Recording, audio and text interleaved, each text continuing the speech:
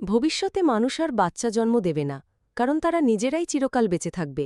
এই চাঞ্চল্যকর দাবি করেছেন বিশ্বের ১ নম্বর এআই নিরাপত্তা বিশেষজ্ঞ ড রোমান ইয়ামপোলস্কি। আমরা এআইকে আরও শক্তিশালী করতে পারলেও তাকে নিরাপদ করতে জানি না। তার মতে আমরা এমন এক এআই ইন্টেলিজেন্স তৈরি করছি যার ওপর আমাদের কোনো নিয়ন্ত্রণ থাকবে না। বড় বড় কোম্পানিগুলো শুধু টাকার জন্য এই ভয়ঙ্কর রেসে নেমেছে, মানবজাতির নিরাপত্তার জন্য নয়।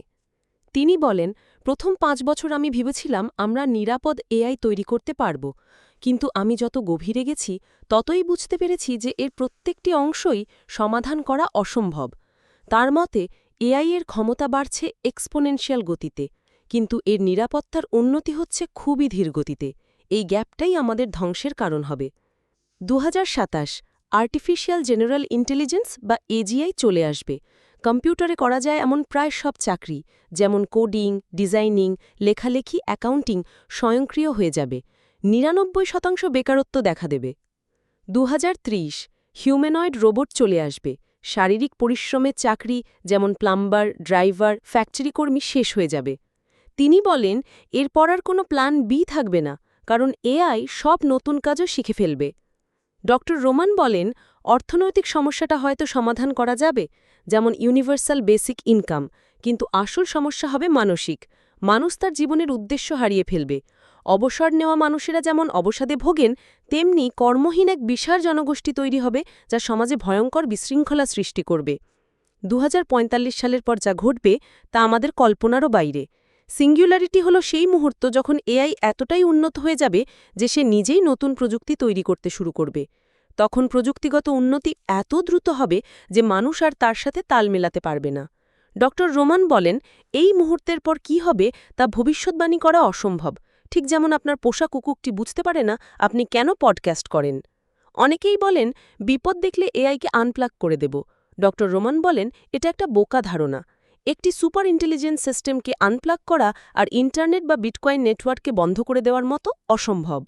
সে আপনার পদক্ষেপ আগেই আঁচ করতে পারবে এবং আপনাকে বন্ধ করে দেবে। ড রোমান মনে করেন, সুপার ইন্টেলিজেন্স আসার আগেই হয়তো অন্য কোনো বিপদ ঘটবে, যেমন কোনো সন্ত্রাসী গোষ্ঠী এআই ব্যবহার করে এমন এক নতুন ভাইরাস তৈরি করতে পারে যা কয়েকদিনের মধ্যে কোটি কোটি মানুষের জীবন কেড়ে নেবে। সবচেয়ে ভয়ঙ্কর বিষয় হল, যারা এআই তৈরি করছেন তারাও পুরোপুরি জানেন না এটি কিভাবে কাজ করে। তারা শুধু ডেটা দিয়ে একে ট্রেন করে, তারপর পরীক্ষা করে দেখে যে এটি কি করতে পারে। অর্থাৎ আমরা এমন এক প্রযুক্তি তৈরি করছি যার উপর আমাদের কোনো বোঝাপড়া বা নিয়ন্ত্রণ নেই। ড রোমান মনে করেন, স্যাম অল্টম্যানের মতো ব্যক্তিরা ক্ষমতা এবং খ্যাতির জন্য পুরো মানবজাতিকে নিয়ে জুয়া খেলছেন। তাদের কাছে নিরাপত্তার চেয়ে এই রেসে জেতাটাই বেশি গুরুত্বপূর্ণ। ড রোমান প্রায় নিশ্চিত যে আমরা একটি সিমুলেশনের মধ্যেই আছি। তার যুক্তি হল, যখন আমাদের প্রযুক্তি এতটাই উন্নত হয়ে যাবে যে আমরা বাস্তব থেকে অভেদ্য সিমুলেশন তৈরি করতে পারব, তখন আমরা কোটি কোটি সিমুলেশন চালাব। পরিসংখ্যান অনুযায়ী আমাদের আসল জগতে থাকার সম্ভাবনা তখন বিলিয়নে ১ হবে। এর মানে আমরা সম্ভবত এখনই কোনো সিমুলেশনের অংশ। ড রোমান বলেন, বার্ধক্য একটা রোগের মতো যা নিরাময় করা সম্ভব। তিনি মনে করেন, এআই এবং জিনেটিক ইঞ্জিনিয়ারিংয়ের মাধ্যমে মানুষ অমরত্ব লাভ করতে পারে। তখন মানুষ আর বাচ্চা জন্ম দেবে না, কারণ তারা নিজেরাই চিরকাল বেঁচে থাকবে।